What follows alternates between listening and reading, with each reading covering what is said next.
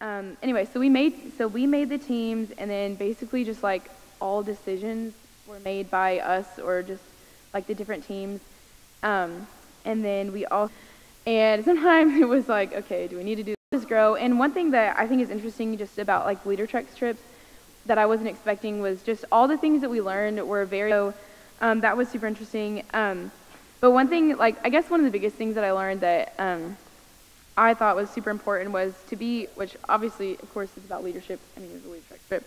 But anyway, like, you have to be able and willing to do the small things and like the small jobs that like aren't super glamorous or just kind of like almost annoying to do and like that no one wants to do, because if you aren't willing to do those, no one else will want to do them. And so anyway, that was just a big thing that I learned, and that's just kind of what life looked like as student leaders. And okay, so now we're going to have, I believe, the three teams up and talk about what they did on the trip. So I'm going to talk a little bit about the food team, and as Nick said, it was me, Eli, and Tiffany. And basically we had no idea what we were getting ourselves into. I mean, I think between the three of us, no one of us had any experience in the kitchen. But basically our job was to make the grocery list and keep it within the budget, and then we had to choose all the meals that we would be eating for 2 weeks, and then we cook the food, or we would choose who would cook and oversee them in the kitchen. Well, when we were planning the meals, we were expecting to have like regular cooking utensils like a microwave, an oven, you know, a stove and all that. But when we got there, we were told we had to improvise a lot when we went to shop for food, because a lot of the meals we had. Once we got there, things didn't quite go as planned. We had a few minor setbacks, and so Tiff is going to tell you all about that. I use my phone to walk around. Oh, there it goes. Little reverse psychology work. We really knew that we were the ones going to provide nutrients to this, you know, it was a really big responsibility. It's dark, you know, we fly down to Costa Rica. If you don't know, we went there.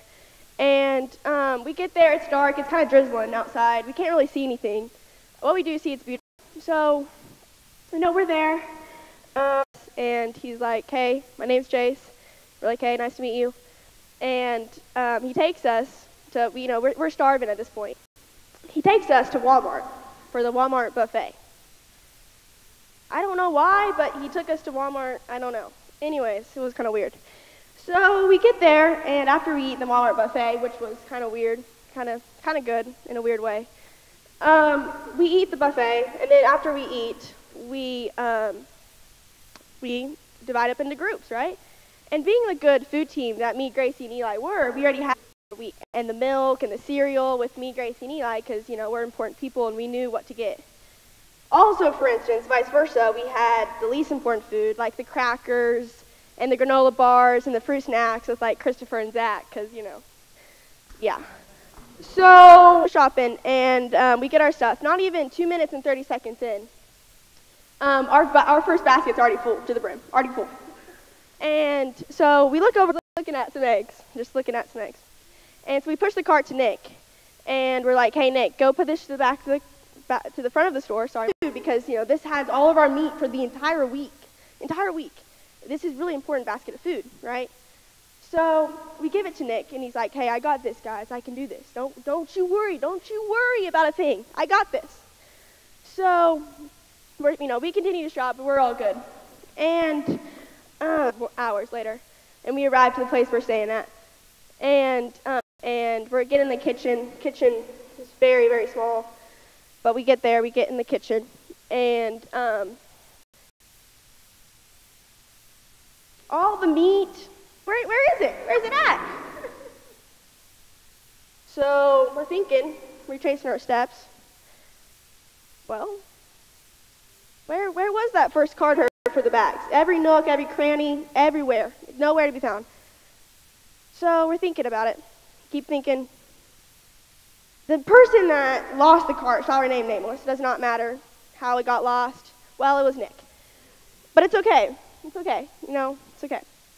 And in all seriousness, though, I'm really glad that whole shenanigan went down. You know, we didn't really have a lot of food for the first week, but it really turned out to be a good experience because it grew us closer as a team. And you know what they say, if you don't know someone, get to know them in the kitchen.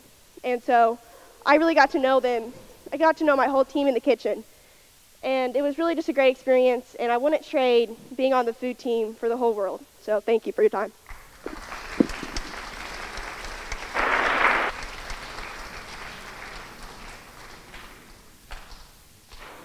Okay, so I'm not going to be quite as entertaining as Tiff, but last summer I had the opportunity to go to Costa Rica, and I was put in charge of, us three were in charge of planning VBS. And we were told before we went down there that we would have a translator and that we should plan for about 150 kids, but there was no way that we would know how many would show up. So our first meeting, Annabeth and Zach and I met, and we had it all going on. Maddox snacks to go along with it. We had everything planned out, like perfect crafts that went along with the Bible story. And so we were super pumped, like this is going to be a great VBS week. We get down there and we realize that our first problem is we don't have a translator. So we're going to have to figure out how to tell the Bible story in Spanish. And so Annabeth and I, the first day we get there, we run up to the church, and there's a lady working in there.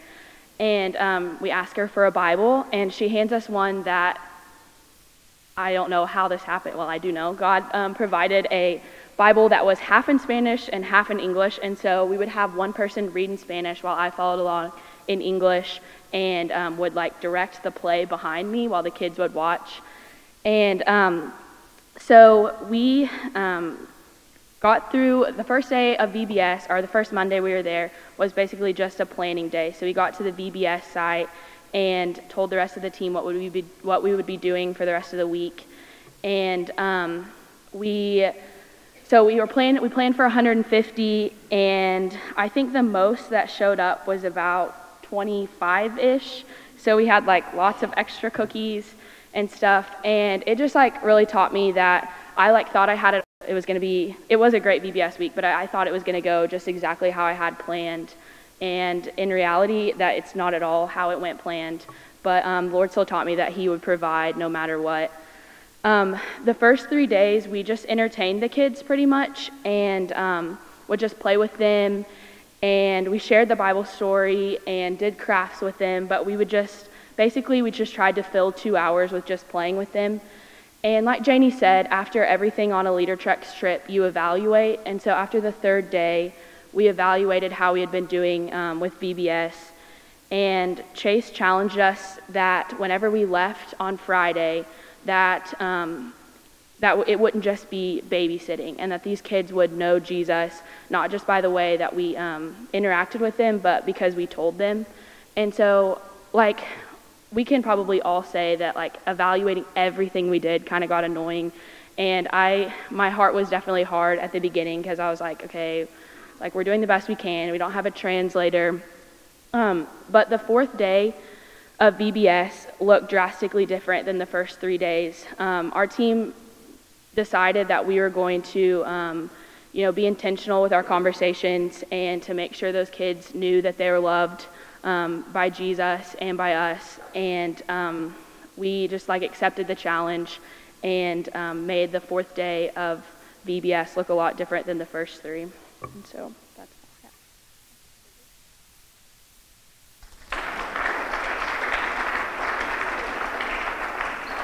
Okay, so I'm going to be talking about the last day that we were there, a story from the last day that we were there. Okay, so me and Sarah were going to the showers, and I realized I had to go to the bathroom. So I walked past Chase, our Leader Treks guy, and I walked past Nick, and they're playing basketball. And so I go to the bathroom, and the toilet wouldn't flush.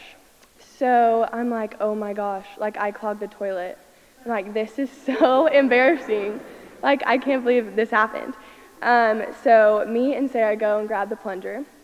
And so we just kind of like leave it there, and we're like, okay, like let's just go eat dinner, and then we'll fix it after dinner. So we go and we eat dinner, and then after dinner we're all cleaning up. And Christopher comes up to me and he's like, hey, like, did you hear what Nick did? And I'm like, what? Like, what are you talking about? He was like, Nick clogged the toilet and blamed it on you. I'm like, are you kidding me? Like, this is so embarrassing. Like, he clogged the toilet and he blamed it on me. I was furious. Like, I think that was the most angry I think I've ever been in my entire life. So I run out and I'm standing on the top of the stairs and I'm literally yelling at Nick. I'm just all of this stuff. And so then Nick goes and he has to unclog the toilet with a plunger, and the plunger literally breaks in half. And so Nick is unclogging the toilet with his hands.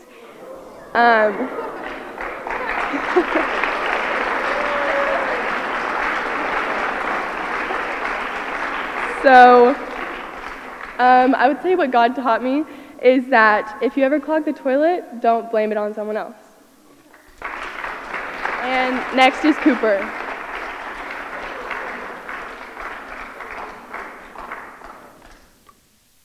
So me and Bridge are going to talk about the work we did down there, and our main purpose was to build a sport court, which is basically a concrete slab that is just for, obviously, sports to be played on.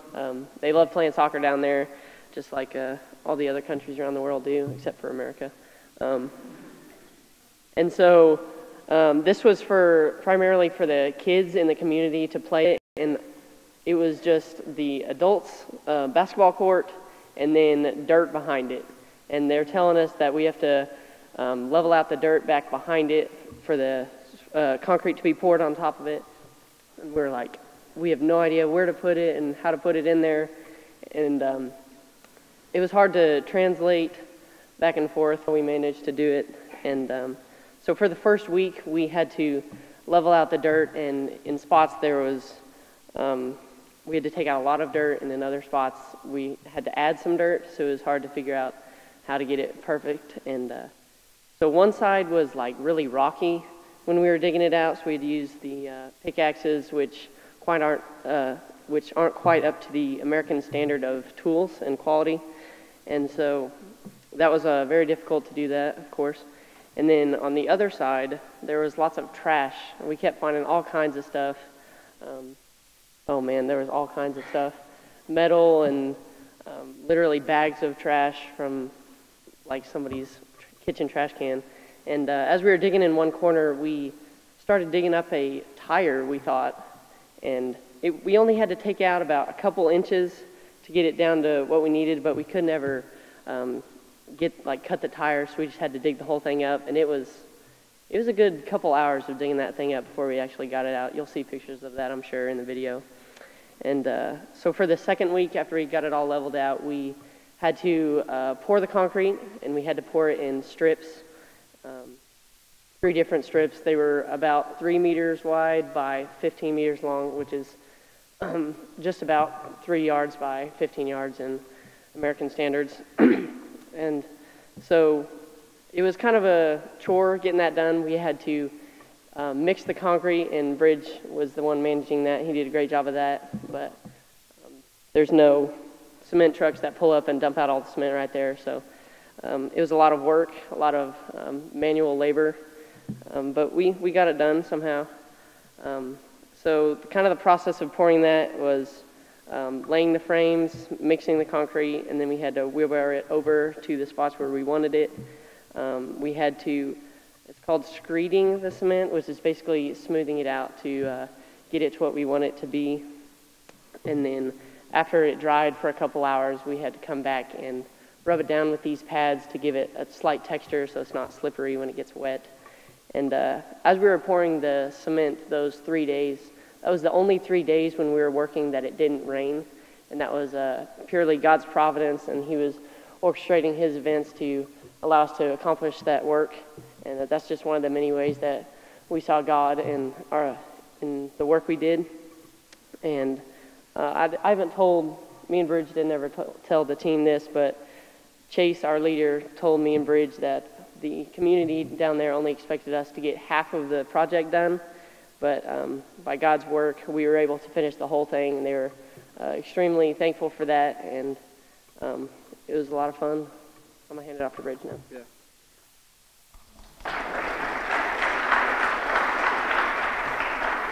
All right, so Cooper and I worked together, and Cooper was more of the figure out the problems and then tell me, and I would like tell the group and get everyone hyped up for it. But as leaders, what we had to do was because we had no idea what we were doing. We had to figure out how to do everything. Chase just told us it had to be level, and he told us where it was. So we were like, all right, I guess we'll figure out how to do it. So then, as I think we worked together pretty well, though. We got a lot done, finished the goal, did like twice as much as he thought we could. And then, so before every day, Cooper and I had to, on the ride down there, we would make groups and divide everyone up into groups so we could split up and get more work done that way. And we'd have to set goals, and then before we worked every day, we'd get everyone a little huddle thing and tell them the goals for the daily and then remind them what the goal was to get the whole sport court done by the end of the trip thing. But by the end, last couple, 4 or 5 days, we were working pretty efficiently and got a lot done really fast at the end. And a little bit about leader checks. I think you're going to get pushed when you go on a leader checks trip outside of your boundaries and do stuff you never thought you could. And it's just a great challenge for anyone that wants to grow as a leader to do that and be challenged in that way. So I would recommend anyone, if you're looking to grow as a leader, be challenged and pushed out of your limits, to go on a leader checks trip. And you'll get pushed a lot, and it'll be good for you. So that's the work.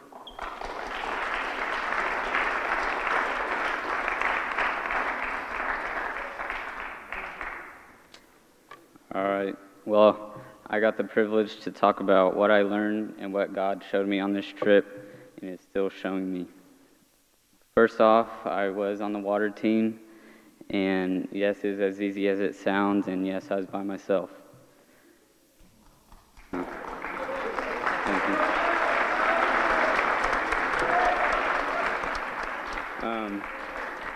Although my job didn't teach me anything specific, the trip overall is what impacted me. I could talk about so many things that I talk about is risk-taking. Throughout the trip, all of us at some point were in a position where we had to take a risk. And for some people, deciding to go on this mission was a huge one. God showed me the value of taking risk when I read Acts 20 in my quiet time. The main focus in this chapter is about Paul giving a farewell address to a group of people he had become really close to. Paul was preparing to make his voyage into Jerusalem, a place where God had called him to go. Now, going into this voyage, Paul knew that there would be a lot of pain and suffering for the gospel of Christ, but he went anyway with his trust and confidence in the Lord. As you can see, Paul is showing a great example of how to take on a risk. So as you go throughout your days, I encourage you to not miss out on an opportunity where you are able to take a risk for the Lord. You don't have to go far to do this. In fact, you can do it right here in this school by having a meaningful conversation with talk to about your walk with the Lord, or just trying to get to know one another. Don't get me wrong, I need to work on this a lot, and I now regret when I don't take a risk I should have. So that's all I have to say. Thank you for listening, and I think we have a video for you.